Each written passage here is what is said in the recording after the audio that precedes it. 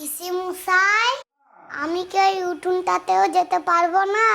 ওই দেখো না, যেখানে ভাঙা ডালে খুদগুলি দুই হাতে তুলে নিয়ে রাজের ওপরে ভর দিয়ে বসে কাঠবিড়ালি কুটুস কুটুস করে খাচ্ছে।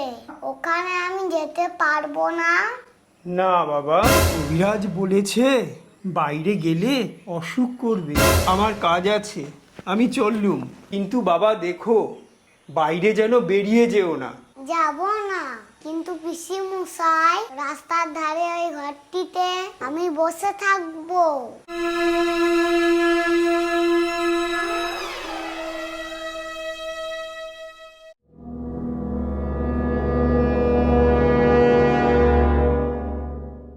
দই দই ভালো দই, দই দই ভালো দই। দোওয়ালা দোওয়ালা, ও দোওয়ালা। বাবা, এক ভাঁড় দই তুমি খাও।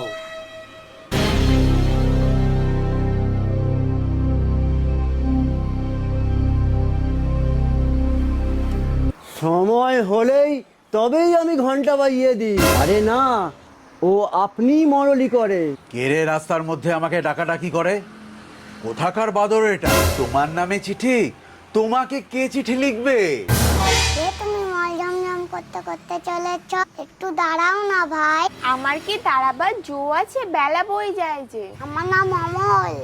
না ভুলবো না, দেখো মনে থাকবে। কেন পারবে না? আচ্ছা দেব। বাহ বাহ বাহ, খাসা বউ তো। আমি ফকির মানুষ, আমারই তো লোভ হয়। শুনেছি তো তার চিঠি রওনা হয়ে বেরিয়েছে, সে চিঠি এখন পথে আছে। ও কি, তোমার ঘরে যে মোড়ল আসছে, এ কি উৎপাত! আমি এখন উঠি ভাই, তুমি গিয়ে ওই দরজাগুলো বন্ধ করে দাও ভালো করে। আর আমি বাড়িতে গিয়ে 20 বড়ি পাঠিয়ে দিচ্ছি, যদি রাখার হয় ওই 20 বড়িতেই ওকে টেনে রেখে দেবে, কেমন? আজ রাতে মহারাজ আসবেন। রাজা তার বালক বন্ধুটিকে দেখবার জন্য তার সকলের চেয়ে বড় কবিরাজকে পাঠিয়েছে। এ কি, এ কি, চারদিকে সব বন্ধ। তোমরা খুলে দাও, খুলে দাও, যত দ্বার জানালা আছে তোমরা সব খুলে দাও।